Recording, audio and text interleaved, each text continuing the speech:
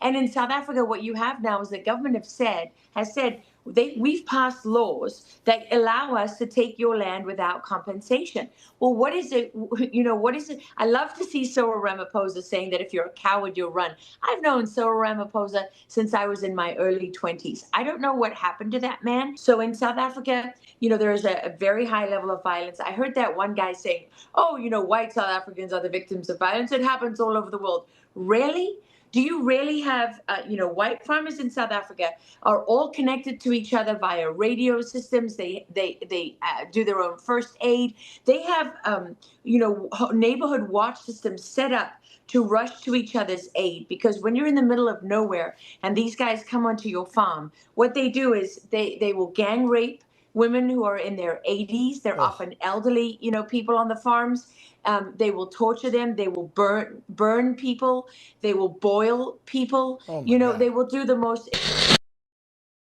Guys, so this is my first time meeting this journalist, Lara Logan, and I think she's really fierce. She's a warrior.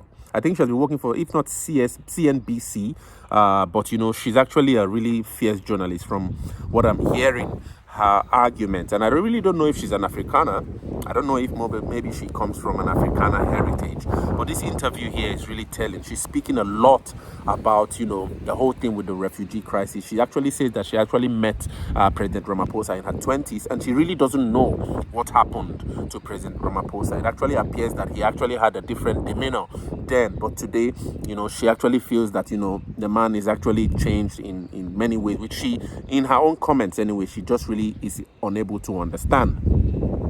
She speaks about how the definition of what it is to be a refugee, actually the Afrikaners fit into that context, because that's a major context now, unraveling in the United States. A lot of left-wing political commentators, and I think many people of the left wing anyway, are really angry because they argue that there are lots of refugees in refugee camps, stuck in refugee camps from like Afghanistan, from the Congo DRC, from many parts of this war-torn the Sudan, for example, and that many of them have had their USAID support or funding cut because of President Donald Trump's policies after being sworn in on January the 20th. All right, so the Trump administration now clarified that, what they think should be a refugee doesn't really fit in for all those groups. And I think the Afrikaners now actually then fit into the Trump's regime definition of what it is to be a refugee going forward. All right. So, but let's quickly listen to, before I go into deeper detail with Lara Logan's analysis of the Afrikaners that have actually come into the U.S. Let's quickly listen to this U.S. Representative. I think his name is, he's actually a rep anyway of the State Department. All right. And he's addressing from the perspective of the Donald Trump regime, how they define what a refugee is, how they think that this whole thing going on with the Afrikaners in South Africa is a genocide, and his responses to some really difficult questions that some journalists are actually throwing at him as he represents Donald Trump going forward. Now to a State Department briefing. This is the principal deputy spokesperson for the Department of State, Tommy Pigott. Let's listen in now. Well, the president has been very clear, the concerns that he has in terms of South Africa. He has expressed those publicly and often.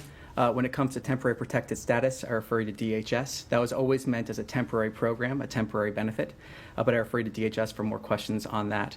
Again, when it comes to the new arrivals that we saw, what we saw was a president who identified a priority that we fulfilled here at the State Department. And what's also clear is that the refugees that arrived met the same standard that is across the board for refugees. They met that standard.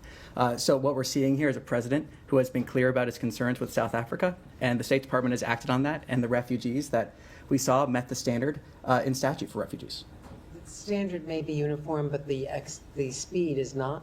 We have people, Afghans, who are still in refugee camps since the fall of Afghanistan, of the Afghanistan regime, who are waiting to hear about SIV status, who are waiting to hear about refugee status, who have worked with the U.S. They are in Doha, they are in Albania, they're in Pakistan for years waiting to get the kind of treatment. And that is not a DHS function, that is a State Department function. Well, on that SIV front, SIV interviews continue. That process continues. What we have seen, again, is a president being very clear about concerns he has regarding South Africa and the treatment of Afrikaners in South Africa. Is And there this, data to back that up? Oh, Or is it all anecdotal from advisors? well, this has been a concern that the president's had for a very long time. He's been clear about that for years, about the abuses we are seeing in South Africa. So this is a priority outlined by the president. The president then directed the State Department and others to implement that priority, and we're seeing the State Department fulfill those executive orders. Is there a formal genocide investigation underway at the State Department? Like again, the president has spoken to this. I refer you to his comments. Nothing further to add on that front. But Tommy, just to follow up, I mean, what evidence can you share today from the podium to underscore there's a genocide going on in South Africa against the white? Well, look, the president, again, has been very clear on this. I refer you to his comments. When it comes to the treatment of the refugees that we saw arrive, that is that same standard in statute for refugees. And there were harrowing stories that they told about the treatment that they suffered. So what we are seeing is a problem that's been identified by the president and the State Department fulfilling those executive orders.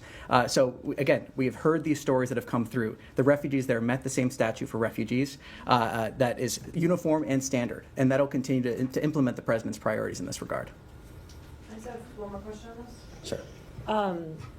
You said they met the same statute, which indicates that there are others who are in the same exact boat that they are in right now around the world. So why was it a decision to prioritize these refugees over other refugees? And was there any racial element to this because they're white? I want to just, on that first part, what I mean there is there's a certain standard that's outlined. There's certain criteria that needs to be met. That's what I meant in terms of that standard. So there's a certain standard that is applied when someone's applying for a refugee status in this program. And so that standard is uniform across the board. So I want to clarify that aspect of it. Yeah, you heard it for yourselves, guys. So Lara Logan then picks it up from here, arguing that, she thinks that, the Afrikaners, their experience going forward in South Africa has actually really been so bitter. She argues that people were boiled on their farms, all right? She argues that, some of the experiences these Afrikaners met in South Africa was, details of some mad violence, just like as you guys have been writing on comments on this channel. She's been speaking about a lot of the violence the Afrikaners have been going through, arguing that there were people who were boiled on their farms. I mean, like, how do you boil? How does it look? How might it look to? And I think there was even one that said they had to watch while somebody was being boiled up. In one of your comments, a baby or something, but they had to boil. They were boiled.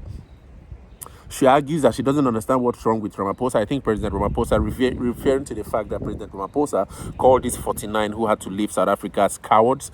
She said she that's an unbelievable statement. She just couldn't believe how, what happened to President Ramaphosa. She actually argues about also, a series of, details from her own personal experiences as well, with her encounters with these Afrikaners going forward, on their strength, their dedication, how strong they are, and all of that. So let's quickly listen to Lara Logan really break down her take on the entrance of these Afrikaners as refugees, especially from a South African perspective. I think she has been living in the US for quite a while now, but her own experience with Afrikaners and what it is that she sees go as they resettle in the United States. And share your thoughts in the comments. Dozens of South Africans arrived in the U.S. on Monday after being granted refugee status under the Trump administration's new admissions program.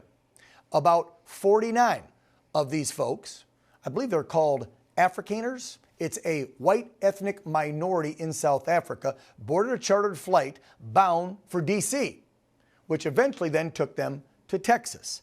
Now, this is the first group of these folks being relocated to the U.S.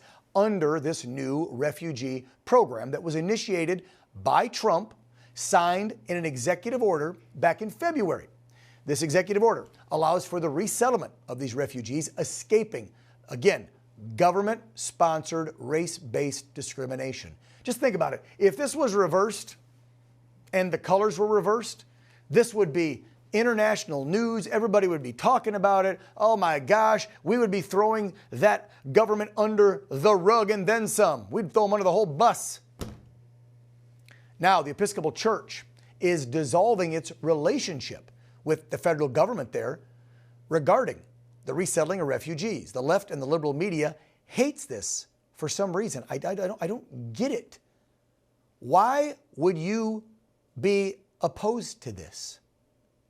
A few dozen farmers fleeing the violence that's reportedly engulfing the countryside of South Africa, and you're against this?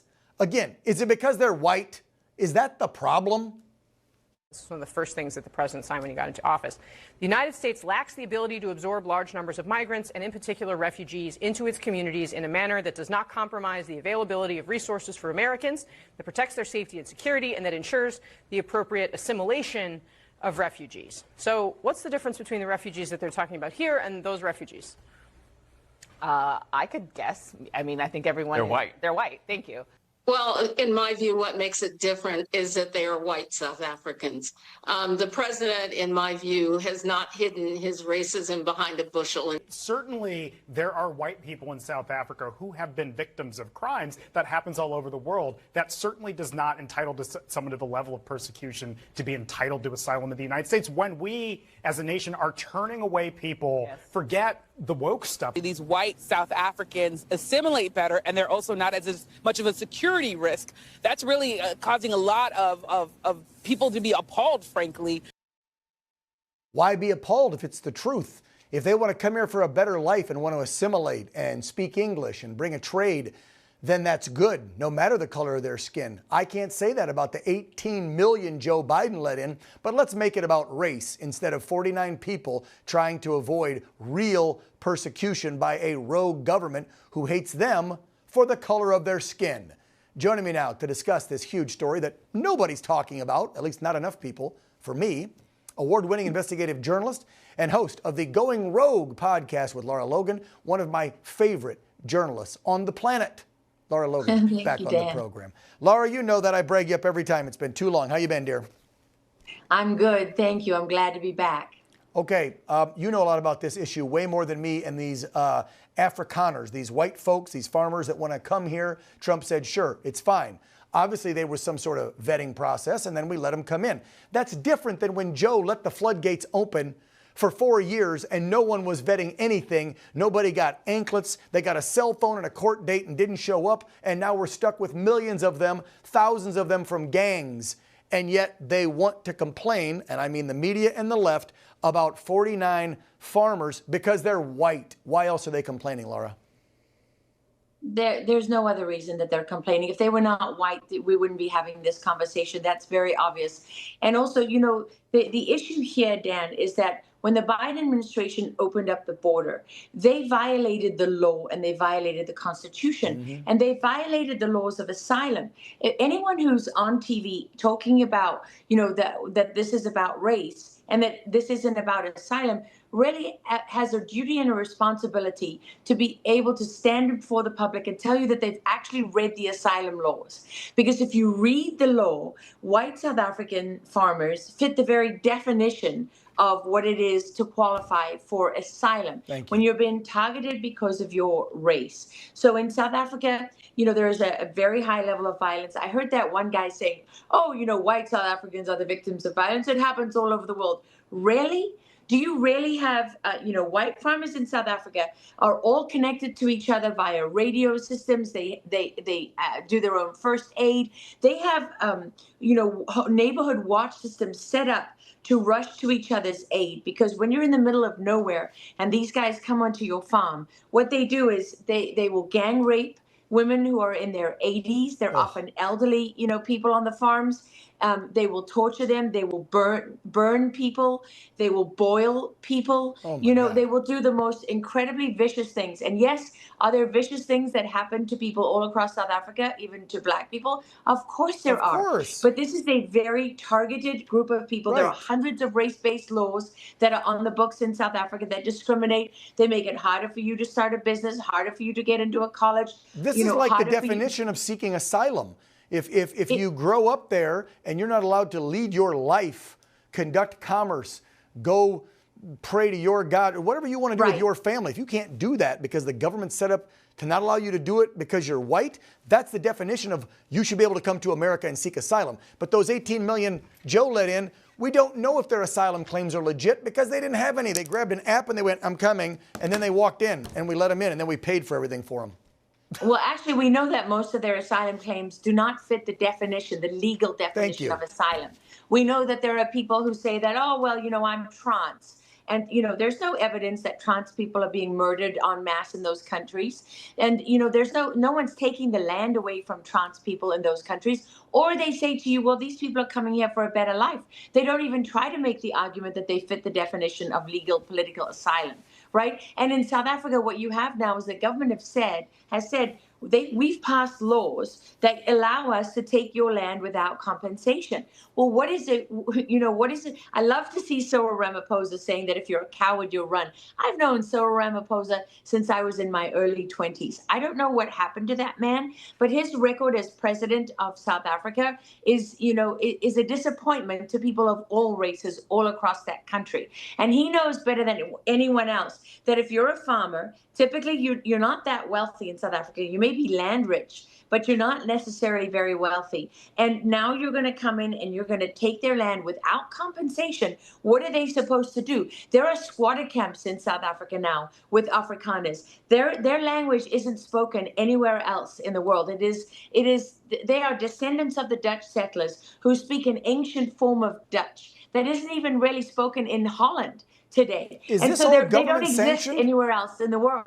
Laura, is this all government sanctioned that is going after these Afrikaners? It's not just like crazy black tribal gangs out in the... This is sanctioned by the government. Sanctioned. The South African it's the government definition of asylum.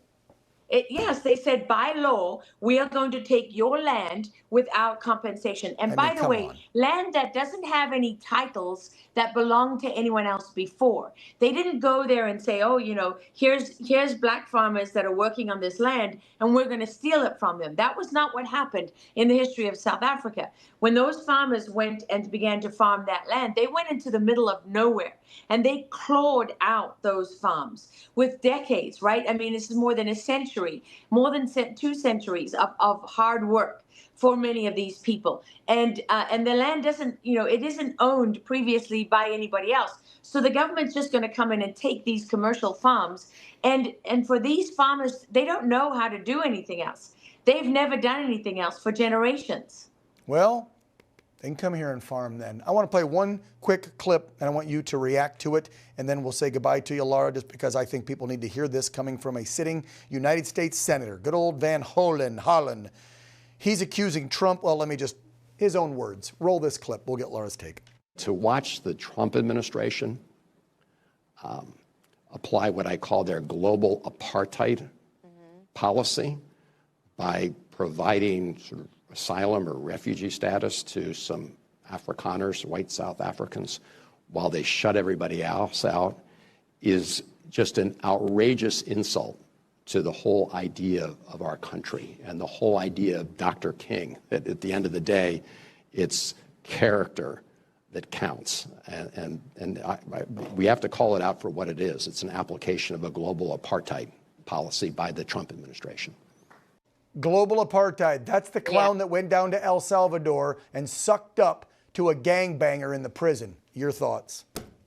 Well, these people are disgusting. This man is disgusting because he knows perfectly well that this has got nothing to do with race and it's got nothing to do with global apartheid. They're taking race-baiting words and they're trying to make this, about Trump, the white supremacist, over and over and over again. We've heard this line so many times, and it was successful for them in the first Trump administration. There were many sort of moderate Republicans who were like, oh, I don't want to be associated with white supremacy, so I don't like Donald Trump. He's an embarrassment, right? And they think this is going to be like Charlottesville all over again, even though that whole thing with Charlottesville was proven, and shown that Trump never said what they said. And when you look at the transcript, you can see he didn't say it. But it's the race card that they love so much. This is what they do. Never mind that when you open the border to illegal immigration, they turned human beings of all races, by the way, including white people, they turned them into a weapon system. And they invaded this country on purpose. They used the cover of humanity and emotion and people looking for a better life. Well, it's identity politics, Lara, and it's all the left has, because their policies either are horrific for this nation and they're un-American, or they have no policy. So all they can do is race bait and do identity politics because they have nothing. Lara, I'm out of time. I'll give you the final word. About 10 seconds left. Okay. You and I both know that Black Americans, Hispanic Americans, whatever you call it, multiple races voted for Trump in record Yes, numbers they did. because they see through the race narrative. And you are right. They have nothing else because their agenda is profoundly anti-human. They don't believe in freedom of speech or freedom of thought or freedom of religion. You're not allowed to be Christian. You're not allowed to be white, and so on and so on. And you know what? The vast majority of people reject the politics of division, and they've had enough of the lies. Amen. Check out Lara's podcast, Going Rogue with Lara Logan. We love her, and you can see why. Thank you, Lara, for all your